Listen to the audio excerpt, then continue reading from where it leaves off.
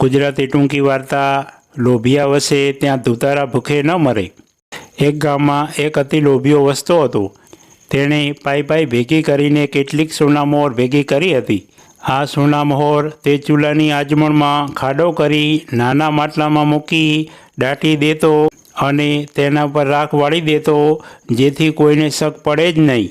લોભિયાનું ધન પડાવી લેવા એક ધુતારાએ લોભિયાની ભાઈબંધી બાંધી, પણ લોભિયાએ પોતે ધન ક્યાં કેવી રીતે રાખે છે તેની ગંધ પણ આવવા દીધી નહીં।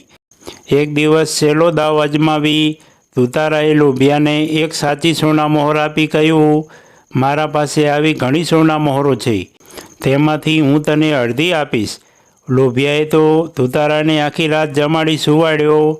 હવે લોભિયાને તાલાવેલી થઈ કે આ ક્યારે ઊંઘી જાય અને આ સોનામોહર પેલી સોનામોહર ભેગી મૂકી દઉં।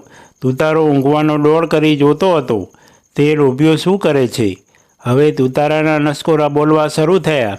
લોભિયો સમજ્યો કે તે ઊંઘી ગયો છે, એટલે તેણે ચૂલાની આજમણમાંથી રાખ આગી પાછી કરી સોનામોહર માટલીમાં મૂકી રાખ હતી તેમ કરી ઊંઘી ગયો।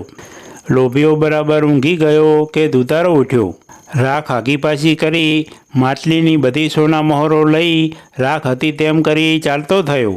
સવારે લોભિયો જાગ્યો, તેણે પ્રથમ સોનામોહર તપાસી તો માટલી ખાલી ખમ। ખાટલો તપાસ્યો તો ધુતારો પણ ન મળ્યો।